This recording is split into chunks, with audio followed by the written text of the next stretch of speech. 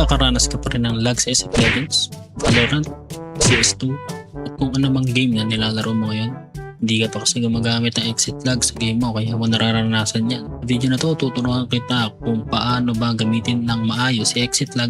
Sa dulo ng video, malalaman mo kung ano ang promo na ibibigay sa iyo ng exit lag. So tara, simulan na natin ang tutorial. So first things first, i-click mo ang link na nasa description box below or pin comment. Kailangan mo natin i-download ang exit lag. So dyan makikita mo ang download link dito sa taas. Click download, then wait now, and wait mo-download ito.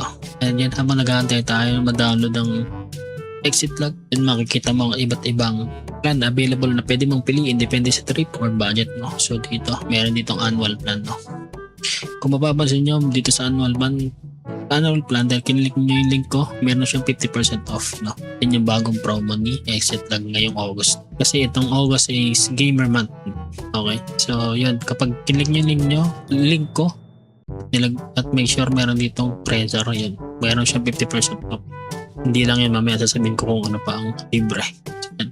Pero meron silang monthly, annual plan, and quarterly 33% off. So dito sa annual plan 50% off, dito lang siya sa annual gumagana, no? Yung 50% off sa annual plan. Sa monthly at quarterly hindi.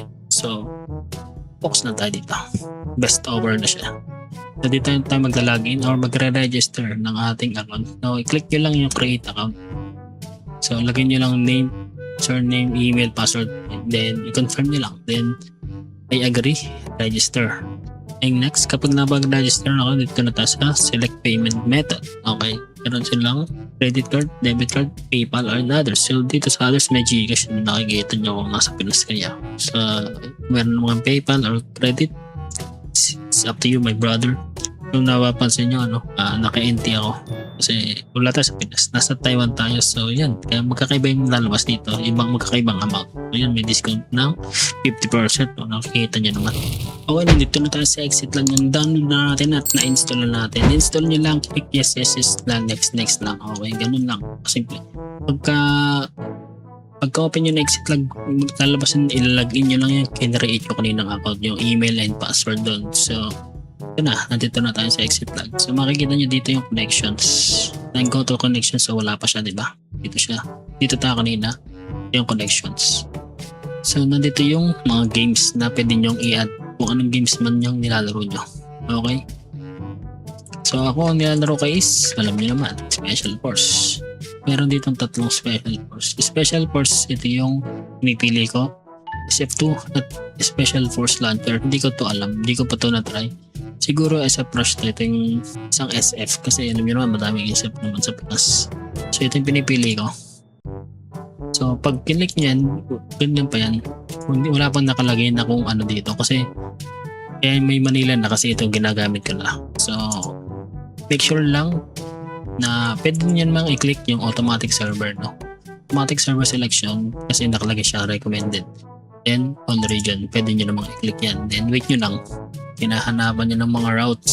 Yan mga routes guys. So ito na tayo. I-click nyo yan, yung all regions guys. Make sure itong advanced settings naka-off to. Okay, off. Yung TCP routes naka-0 and yung UDP routes naka-4. So kapag binawasan mo to, yung UDP routes, yan, mababawasan siya. Pero ang settings ko is personally is 4. Yan yung pinaka-safe place natin. It's up to you kung gusto nyo automatic or manual. Okay. Ako kasi ginagamit ko is manual server selection para sa akin lang to. Pwede nyo subukan automatic at manual, pwede, depende sa inyo. So but manual Asia, then click nyo search nyo PH. So lalabas yung PH mo nila 1, then click. Ganun lang din yung settings 0 at 4. Okay, pagka-click mo dyan, pag na-select nyo na, click apply routes. Yun. So dito, kung hindi man Special Force yung nilalaro nyo, pwede din naman kayo mag-add. Okay, add nyo lang, click add, then search natin Valorant. Ayan, Valorant, nandyan lahat. CS, Counter-Strike, and CS2, CSGO.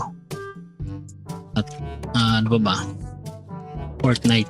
Oh yan, Fortnite. Nandyan yan. Over 2,000 views to guys. Yan, no? Search nyo lang. Sa yung mga nilalaro nyo, Yan, nandyan lahat yun. Pero kung wala, in case na wala, click nyo lang tong request game, no?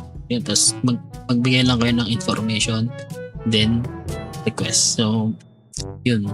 Magme-message naman sa inyo sa exit log kung meron bang game na gusto nyo. So, yun. Hindi lang games, no? May mga browser din. Yung browser, yung mga Discord. Dito, mga to, hindi ko to nat-try pa. Yung mga lantern, hindi ko pa to nat-try mga to. Streaming. Uy, meron nandito pala si Cake.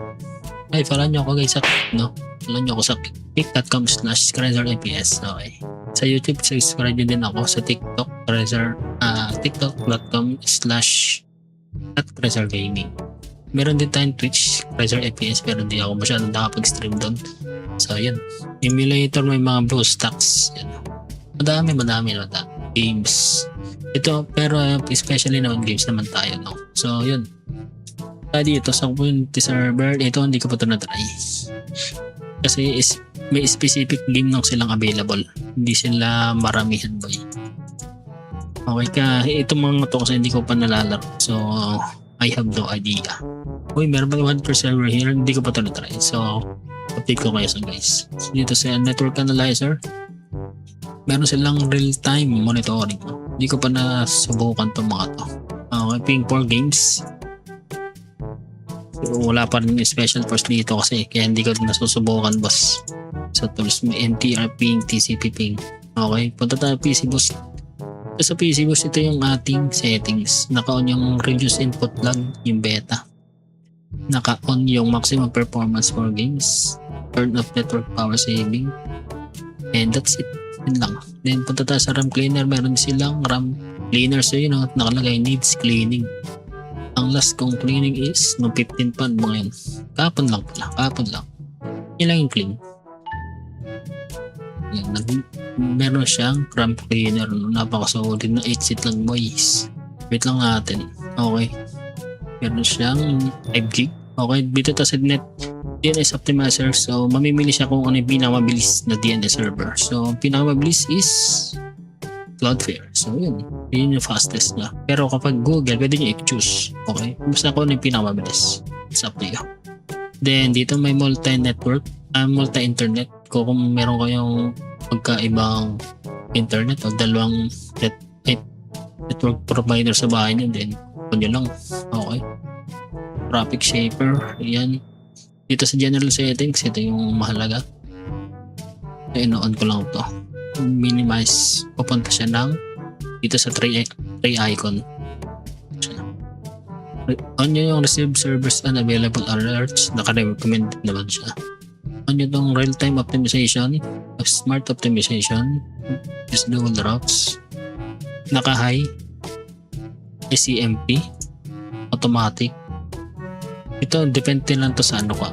Sa settings ko. Pwede kayong mag-try ng iba. At ito yung aking WFP. Okay. So, yun lang naman. Okay, kapag kapag naayos na natin lahat ng settings, na-set up natin yung settings, advanced settings, dito general settings, at sa PC boss. Kikita dito DNS optimizer. Piliin natin yung pinakabilis na nagbago ulit. Okay, Google. Click natin yan. So, dito sa DNS, punta natin ng Google. Ganun lang. Yun ang kagandaan ng ka-exit log. Nakikita niyo kung ano yung pinakamabilis. So, yan. Check natin yung ping natin. Okay, natin yung play. Naka-on na si exit log. Check natin yung ping kung anong ping natin. Pag may gamit ng exit log. Yun, nandito na siya. Then, tara, pasok tayo dito sa server.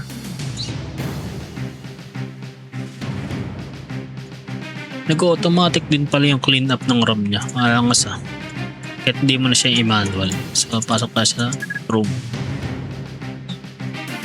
Check natin yung ping natin habang may gamit exit log. Kung natin tayo sa branch, ito ang ping natin. Yan, 9. 7. Napaka-smooth yan. Umabot ng 13, 11. Then, yun lang naman. 7. Naglalaro lang siya dun sa ganong range. No? Napaka-smooth ng ating game. Double kill. Multi-kill. Basta sundin nyo lang yung settings na nakita ko sa inyo. Umakit siya ng 13 pero bumabalik din siya ng single digit. Parang ano lang siya. Nag-i-expect ng saglitan pero siguro dahil niya sa internet. Pero goods na goods yun. Pakasmat. Kasi kapag lag yan, bas mararamdaman mo yung delay, nag-i-stop na yung paligid or yung galaw.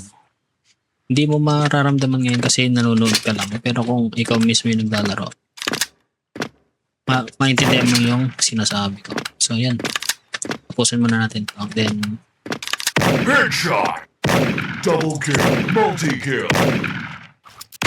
Special Force. at sasabihin ko kung ano yung promo ni Exit Lag ngayong August. So ngayong August meron si Exit Lag na pa-promo ano. Kung nag-avail ka or nag-subscribe ka ng Exit Lag for 1 year mula August 17 hanggang August 31, basta hanggang August 31, 2026 ay makakatanggap ka ng 50% off plus 3 free 3 days ski. Yung 30 days ski na yun na tatlong peraso is makiklaim nyo dito sa website nila. Kapag inabil nyo yung 1 year plan ay makakakuha 50% off plus tatlong free na 30 days ski. Yung 30 days ski na yun ay dito nyo ma-claim, okay? Dito sa privates. At dito nyo ikakopy yung code. So ibibigay sa inyo na Exit Lag yung tatlong perasong tig 30 days. So balit 1 year plus 3 30 days ski. So in total 15 months sa 50% off na sa binayaran mo. So parang ang binayaran mo is 15 months for ng 1 year. So ayun, napakasulit no. Kaya kung gusto nyo itry itong Exit Lag, hindi nyo kalimutan i-click yung link dyan sa pin comment or sa description box below. Take note lang guys, itong promo ng Exit Lag is for new subscription only and bawal siya sa mga renewals or yung mga mag-a-upgrade ng plan. Halimbawa from monthly ka tapos nag-change ka ng annually, hindi siya gagana sa new subscription only siya. So yun lang. So yun, kung nagustuhan nyo yung video na ito, huwag nyo kalimutan i-like ng video, mag-comment dyan sa baba and mag-subscribe sa ating YouTube channel. So thank you guys and see you in the next one. Everybody knows that I'm breaking down. Everybody knows I ain't faking now. Everybody knows my heart's vacant now. Yeah, she hates me now, I made mistakes but now I don't ever wanna be alone. I don't really ever feel at home. On my own, in the zone, that's the only way I know. Feeling low, about to blow back up. I won't ever let the doubt creep in. Gotta pop a couple more aspirin. I don't think I'll ever let